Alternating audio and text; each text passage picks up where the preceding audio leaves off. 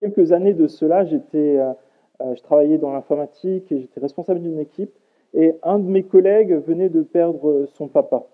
Donc, je suis allé à la cérémonie d'obsèques aussi pour encourager ce collègue et être auprès de lui. Et c'était une cérémonie d'obsèques qui avait lieu dans un crématorium, donc c'est très épuré, vous savez. Les murs sont tout blancs, c'est assez austère. Il faut que ça corresponde un peu à toutes les tendances des personnes qui vont y aller, peu importe leur religion, leur position aussi parfois philosophique. Et on a été très encouragés d'entendre finalement le récit de la vie de cette personne qui avait traversé la moitié de la planète pour donner une meilleure vie à sa famille et qui avait fait tout un cheminement en fait pour insérer sa famille aussi dans la société française et de voir son fils, qui était avec moi dans l'équipe, qui avait brillamment réussi, un homme de confiance aussi. Voilà, c'était vraiment le récit de tout ce cheminement et de toute cette persévérance. Et franchement, ça m'a beaucoup touché. Et je me dis, waouh, Dieu peut vraiment permettre à des personnes de pouvoir faire le bien aussi autour d'elles. Et c'était vraiment très encourageant. Et en écoutant tous ces récits, voilà, ça m'a encouragé.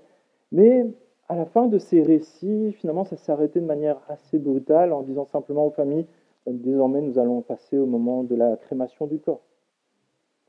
Et au final, qu'est-ce qui restait comme espérance? Qu'est-ce qui restait comme sujet d'espérance pour la famille, pour les personnes qui avaient entendu ça? Des bons moments, une trajectoire de vie exceptionnelle, mais au final, tout venait de s'arrêter. C'était un des moments les plus tristes, je pense, pour moi, cette découverte finalement que beaucoup de personnes n'avaient pas accès à Jésus-Christ et à l'espérance qui se trouve en Jésus-Christ. Et c'est pour ça que j'ai envie de vous partager ce que Jésus nous dit. On est dans une série de prédications qui se basent sur des affirmations que Jésus fait de lui-même. Alors il dit, je suis le bon berger, je suis la porte. Et aujourd'hui, nous verrons lorsque Jésus dit, je suis la résurrection et la vie.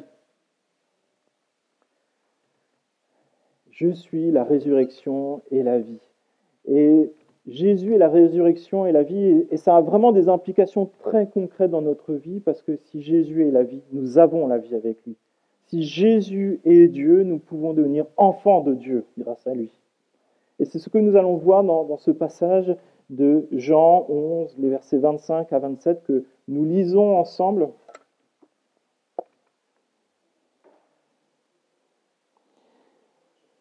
Donc, Jésus lui dit, « C'est moi qui suis la résurrection et la vie. Celui qui croit en moi vivra, même s'il meurt, et toute personne qui vit et croit en moi ne mourra jamais. Crois-tu cela ?» Elle lui dit, « Oui Seigneur, je crois que tu es le Messie, le Fils de Dieu, qui devait venir dans le monde. » Il faut comprendre que lorsque Jésus dit ces paroles, Jésus se trouve à un enterrement. Lazare, un ami de Jésus, se trouve déjà dans un tombeau depuis 4 jours. Son corps, de ce que disent même les sœurs de Lazare, a commencé à se décomposer. Il y a une odeur de mort qui est là, qui est omniprésente. Et autour de Jésus, il y a aussi une ambiance de mort et de défaite écrasante. C'est la fin. C'est palpable aussi dans les pleurs de la famille et ce tourment qui s'est installé autour de Marthe, de Marie. Et Marthe et Marie, pourtant, avaient demandé à Jésus, plusieurs jours avant la mort de Lazare, de venir pour guérir Lazare. Parce qu'elles étaient convaincues que Jésus pouvait guérir Lazare. Mais Jésus arrive trop tard. Lazare est depuis 4 jours dans un tombeau. Jésus arrive trop tard. Est-ce qu'il y a des situations dans ta vie où tu t'es dit, j'ai prié, j'ai demandé, mais Jésus est arrivé trop tard. Dieu ne m'a pas répondu à temps dans ma difficulté, dans mon questionnement. Et je me mets un peu à la place de Jésus et je me dis, mais que dire à Marthe et Marie, les sœurs de Lazare qui est décédé, qui sont abattus, qui sont dans le deuil, qui sont en pleurs. Que dire à la famille? Et c'est là que Jésus dit quelque chose qui est extraordinaire. Jésus dit à cette sœur qui en pleure, « Je suis la résurrection et la vie. » Je suis la résurrection et la vie. C'est incroyable parce que autant les hommes peuvent tuer, peuvent faire passer de la vie à la mort, mais Jésus seul est celui qui sait faire passer de la mort à la vie, et c'est pas momentané, et c'est même éternel. Dieu est le seul qui sait créer la vie, qui sait ressusciter les morts. Est-ce qu'il y a quelque chose qui est mort en toi ce matin? Quelque chose où tu as fait le deuil, peut-être des espérances, peut-être des projets que tu avais. Mais j'ai envie de te dire, dans ton désert, Jésus est la source de vie. Et pour aujourd'hui, mais aussi pour toute l'éternité qui est devant toi. Ne te prive pas de cette source de vie. Jésus est la résurrection et la vie. Vous savez, parfois on peut se sentir comme mort à l'intérieur de nous, mort spirituellement.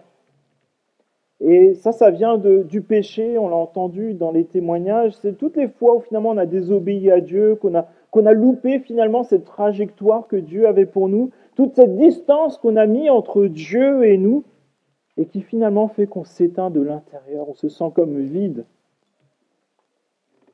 C'est ça la mort spirituelle. Et dans le monde qu'on connaît, qui est aujourd'hui rongé par les mensonges, les trahisons, les guerres, les maladies, la peur, les larmes, la mort et le deuil, peut-être encore d'autres choses, je crois qu'on a tous soif.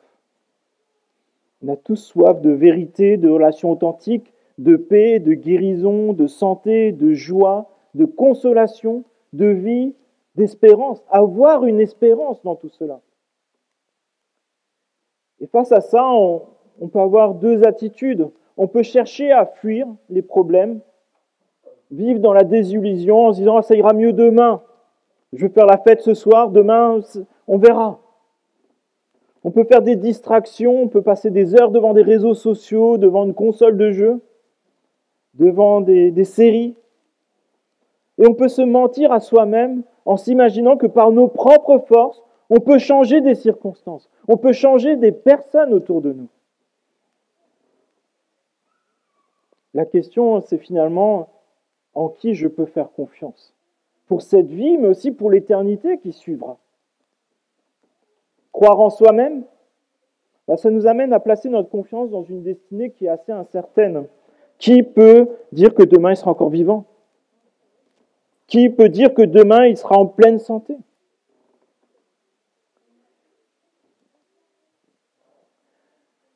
Si ta vie dépendait d'une course à pied que tu ferais, disons un marathon, c'est 40 km un marathon, hein, c'est ça? Est-ce que tu es prêt là à courir 40 km? Certains plus que d'autres, j'ai l'impression, moi peut-être pas. Mais si ta vie en dépendait il faut que tu arrives le premier à la fin de ce marathon, alors qu'en fait il y en a qui sont venus du monde entier pour courir ce même marathon. On va dire le marathon de Paris ou de Londres. Mais ta vie en dépendait, il faut que tu sois le premier. Et tu as le choix de courir toi-même ce marathon, d'être devant cette ligne, avec ton dossard, avec tes chaussures, et de courir toi-même et de dire « je vais y aller, peut-être ça peut marcher ». Ou alors tu peux donner ton dossard à quelqu'un. À qui est-ce que tu donnerais ton dossard?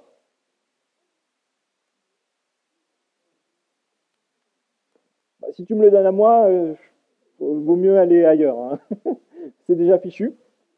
Mais imagine, tu as vu à la télé qu'il y avait le champion du monde des marathons qui est là.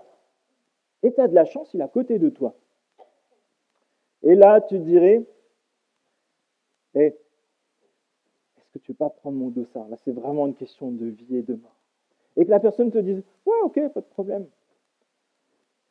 Que ferais-tu? Est-ce que tu donnerais ton dossard? À qui peux-tu confier ce dossard? À toi-même? À n'importe qui? Ou à la personne que tu sais qu'il est sûr d'arriver le premier au bout de cette course? Et c'est là que Jésus dit quelque chose de fort. Celui qui croit en moi vivra, même quand il serait mort. Et quiconque vit et croit en moi ne mourra jamais. Et Jésus te dit par ces paroles-là, c'est bon, donne-moi ton dossard. Je vais courir à ta place.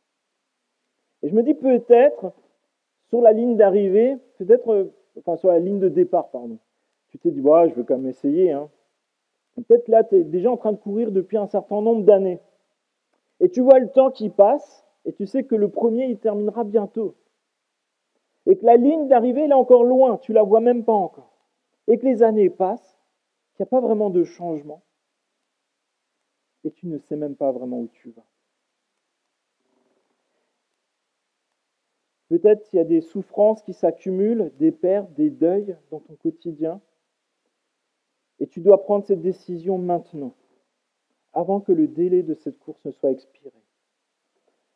Mon ami, tu peux faire confiance à Jésus, parce que Jésus a déjà mené cette course à la perfection, tout en respectant toutes les règles, dans les temps, parce que Jésus a triomphé de la mort et du péché. Tout ce que tu as besoin de faire pour profiter de la victoire de Jésus, pour que la victoire de Jésus soit ta victoire, c'est de faire confiance à Jésus, croire en lui. Tout ce que tu as besoin de faire pour être réconcilié avec Dieu, c'est de croire que Jésus a mené aussi cette course pour que tu sois réconcilié avec Dieu. Pour avoir la vie avec Dieu pour l'éternité, tu peux croire que Jésus lui-même est ressuscité pour toi, pour que tu aies une éternité avec Dieu, pour être pardonné avec Dieu. Ce matin, j'ai envie de te dire, lâche ton dossard, donne-le à Jésus. Fais confiance à Jésus, crois en Jésus, en qui est Jésus, ce que Jésus a accompli. Crois que Jésus est Dieu, qu'il est venu pour te rencontrer, te chercher. Il a traversé le ciel entier pour venir à ta rencontre. Parce que Jésus est venu te rencontrer, te sauver, te délivrer, te donner la vie. Pourquoi ? Pour que tu puisses passer de la mort à la vie.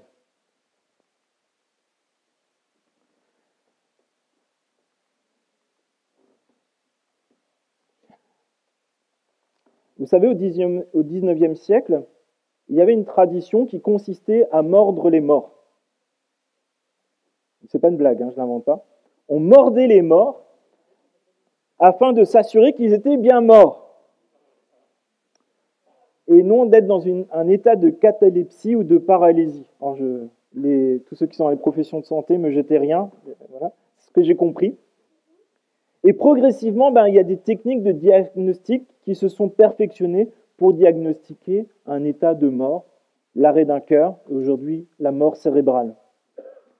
Et en 1958, à l'université Johns Hopkins, des chercheurs ont découvert par hasard, en 1958, lors d'une expérience sur un chien en fibrillation, donc son cœur qui était en vrac, qu'en effectuant des compressions thoraciques, comme sur la photo ici, on pouvait rétablir un pouls.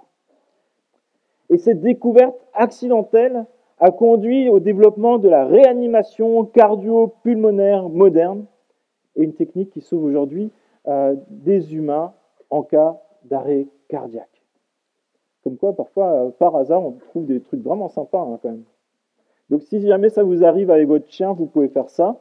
Avec un homme, il faut peut-être faire différemment. Mais que comprendre de tout ça ? Qu'on ne savait pas vraiment qui était mort ou vivant jusqu'à assez récemment. On ne savait pas non plus comment redémarrer un cœur qui était en vrac. Et finalement, depuis quelques décennies, on sait le faire. Et pendant plusieurs siècles, c'était juste pas simple de savoir si une personne était réellement morte. On pensait d'abord que lorsque le cœur s'arrêtait, c'était irréversible, et c'était la mort. Et aujourd'hui, dans la médecine moderne, on pense que certaines lésions du cerveau sont irréversibles. Mais Jésus, en fait, dans tout ça, il te déclare que l'arrêt du cœur, l'arrêt du cerveau, même un corps mort et décomposé ou détruit, n'est pas un frein à la résurrection de Jésus-Christ. La mort physique n'est pas la fin avec Jésus. Et aujourd'hui, cette vérité a peut-être été découverte de manière accidentelle, y compris pour toi, Et je t'encourage à réagir comme ces chercheurs qui ont vu au début juste un espoir et qui ont commencé à s'y intéresser et à chercher la vérité, à chercher comment ça pouvait sauver des personnes, comment eux-mêmes ça pouvait les sauver peut-être un jour. Et en persévérant, ces chercheurs ont permis de sauver des milliers, peut-être des millions de personnes dans le monde. Et Jésus est lui aussi venu, il y a 2000 ans, pour sauver des millions et des milliards de personnes dans le monde. Pour leur dire qu'il y a un espoir, qu'il y a une résurrection.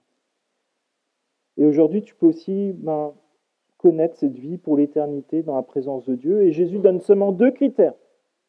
De ton vivant, croire en Jésus. De ton vivant, croire en Jésus. Et aujourd'hui, tu peux décider de croire en Jésus, donner ton dossard à Jésus pour avoir la vie éternelle et passer de la mort à la vie, de la mort spirituelle, de ce désespoir à cette vie pour l'éternité, dans l'espoir du retour de Jésus-Christ. Et quand on dit espoir, c'est un espoir sûr et certain. Et là, j'ai envie de vous dire, mettez-vous dans les sandales de Jésus. Au milieu de ce temps de deuil, des dizaines de personnes dans une maison en train de pleurer avec la famille, vous venez de dire, je suis la résurrection de la vie, il faut croire en moi. Et il y a Marthe en face d'elle, en face de Jésus qui pleure un frère. Et Jésus ne demande pas à Marthe si ces mots l'ont réconforté, mais Jésus demande à Marthe en quoi elle croit. Crois-tu cela? Crois-tu cela? Ce matin, est-ce que tu crois cela? Croire en Jésus, ce n'est pas passer de la pommade sur nos tristesses ou nos deuils. Croire en Jésus change complètement notre façon de vivre et de voir la vie et la finalité de la vie. Nous ne vivons pas seulement pour profiter du temps présent, mais nous vivons dans l'espérance de vivre avec Jésus pour toute l'éternité dans une vie transformée où il n'y a plus de pleurs, plus de guerre, plus de larmes, plus de deuil, plus de trahison, mais la joie d'être dans la maison de Dieu. Et à cette question de Jésus, qu'est-ce que tu répondrais? En quoi crois-tu? En quoi espères-tu? Est-ce que tu crois en quelque chose? Est-ce que tu espères en quelque chose? Sur quelle certitude peux-tu réellement bâtir ta vie pour l'éternité? Parce que l'éternité, c'est long. D'autant plus qu'on est loin de Dieu. Qu'on est dans ce regret d'avoir loupé cette possibilité de dire « Je crois en Jésus-Christ. Je crois qu'il est la résurrection et la vie. » Et Marthe répond simplement à Jésus. Jésus est le Christ. Jésus est le Christ. Je crois que tu es le Messie, que tu es le Fils de Dieu qui devait venir dans le monde. Jésus est le Christ, ça veut dire le Messie, ça veut dire celui qui est attendu pour sauver, pour libérer et pour donner la vie. Croire en Jésus en tant que Fils de Dieu, c'est une expression surtout qu'on retrouve dans l'Ancien Testament qui veut dire que Jésus est le roi. Jésus est le roi. Est-ce que Jésus est le roi de ta vie? Jésus, est-ce que c'est le chef de ta vie, le boss de ta vie? Est-ce que Jésus veut te guider selon la volonté de Dieu? Et vous savez, 2000 ans après Jésus-Christ, alors que Jésus est venu, il continue d'attendre le Messie. Ce matin, j'ai envie de te dire, n'attends pas le Messie, il est déjà venu et il t'attend toi. Réponds à son appel, monte dans le bus. Même si le bus... j'ai oublié de vous raconter une anecdote qui m'est arrivée. Il y a quelques années de ça, avec Nadia, on a pu faire un voyage aux Antilles et on a décidé de prendre le bus. Ceux qui connaissent, ils comprennent. Et donc, il y avait un arrêt de bus avec le beau poteau, bonne couleur, avec des horaires de bus. Et on attendait là, et on voyait les voitures qui passent, les bus qui passent. Et à un moment, il y a quelqu'un qui s'arrête et qui dit « Je suis déjà passé plusieurs fois en voiture et je vous vois toujours ici. » Et il me dit « Le bus ne s'arrêtera jamais ici. Je vous emmène. » En voiture, il nous a déposés. Mais en fait, peut-être on sera encore là-bas si on attendait le bus. Et j'ai envie de te dire, peut-être que toi aussi tu continues d'attendre un arrêt de bus, parce que tu t'imagines que le bus va passer, parce que c'est là que tu t'imagines qu'il va passer. En fait, il ne passera jamais ici parce qu'il n'y a qu'un seul Jésus, en fait. Jésus, ben, il t'appelle et il te dit c'est ici que tu peux monter dans le bus, c'est aujourd'hui et maintenant. Et tu n'as pas besoin de ticket de bus, il faut juste que tu crois en moi. Monte dans le bus.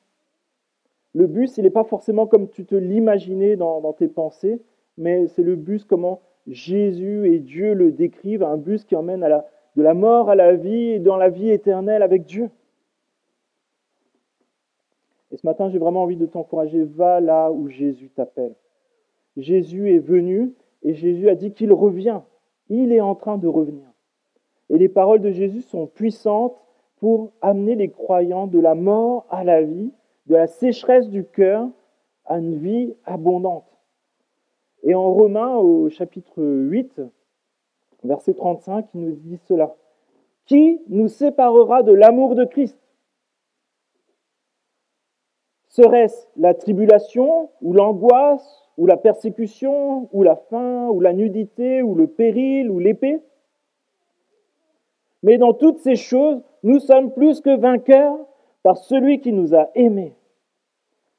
Car j'ai l'assurance que ni la mort, ni la vie, ni les anges, ni les dominations, ni les choses présentes, ni les choses à venir, ni les puissances, ni la hauteur, ni la profondeur, ni aucune créature ne pourra nous séparer de l'amour de Dieu manifesté en Jésus-Christ, notre Seigneur. Pourquoi? Parce que Jésus est notre Sauveur, Jésus est notre Roi, Jésus est Dieu, et Jésus vient à notre rencontre, et il revient. Rien ne peut te séparer de Christ. Et ce matin, j'ai vraiment envie de t'encourager. Peut-être, c'est comme dans le témoignage des baptisés, à un moment, Dieu s'est révélé à toi, peut-être sous la forme d'une question, et il te dit à quoi bon. Jésus te révèle que ton cœur y est peut-être vide, que tu n'as peut-être pas d'espoir, et que Jésus peut combler ce vide. Jésus peut te donner un espoir. Jésus peut te donner une espérance. Et ça commence simplement par se mettre à l'écoute, chercher. Et je pense que si tu fais cette prière, Jésus va te répondre. Ce matin, je nous invite vraiment à faire cette prière et je veux aussi t'encourager parce que Jésus s'est approché de la tombe de Lazare finalement et Jésus, c'est le verset le plus court de la Bible, Jésus pleure. Jésus il était ému de compassion devant les personnes qui étaient en deuil et il nous rejoint dans nos souffrances, mais Jésus il a continué sa marche et il est arrivé jusque devant le tombeau, il a dit ouvrez le tombeau. Ils ont dit ça va vraiment sentir mauvais. Il a dit ouvrez le tombeau et il a dit Lazare sors de là. Et Lazare est sorti de là. Ce que Jésus dit, il le promet. Et ce qu'il a réalisé, ce n'est pas juste dans un coin, ce n'est pas un morceau de livre, c'est des personnes qui l'ont réellement vu. Même Jésus, lors de sa résurrection, plus de 500 personnes l'ont vu ressusciter. Ce qui est Jésus, c'est vraiment la valeur sûre et certaine. Mais je t'encourage vraiment à lui faire confiance et je vous invite à la prière pendant que l'équipe se met en place. Père, je te remercie pour Jésus qui est la victoire sur la mort, sur le péché, qui nous donne la vie et qui nous passe de la mort à la vie par sa résurrection, Seigneur. Je te remercie parce que Jésus est venu à notre rencontre et il continue de venir à notre rencontre pour chaque jour nous chercher, pour nous donner cette vie et que nous allions boire à cette source éternelle où nous serons réellement désaltérés. Je te prie, s'il te plaît, que peut-être nous sachions aller vers cette source, Seigneur. Peut-être ça fait depuis un certain temps qu'on est comme dans un désert spirituel, Seigneur.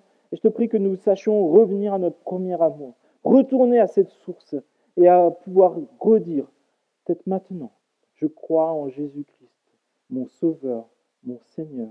Il est Dieu. Il donne la vie pour l'éternité.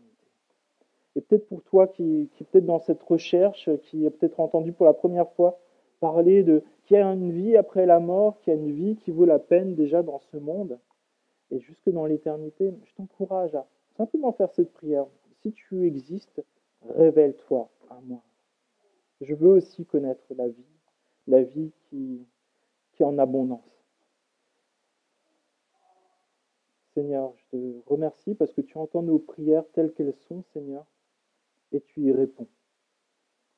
Je te prie, s'il te plaît, que vraiment tu fasses que tu nous fasses du bien, que tu nous donnes ta joie, et que nous sachions nous attacher à ce qui est vrai, à ta mort et à ta résurrection. Je te prie ainsi dans le nom de Jésus. Amen.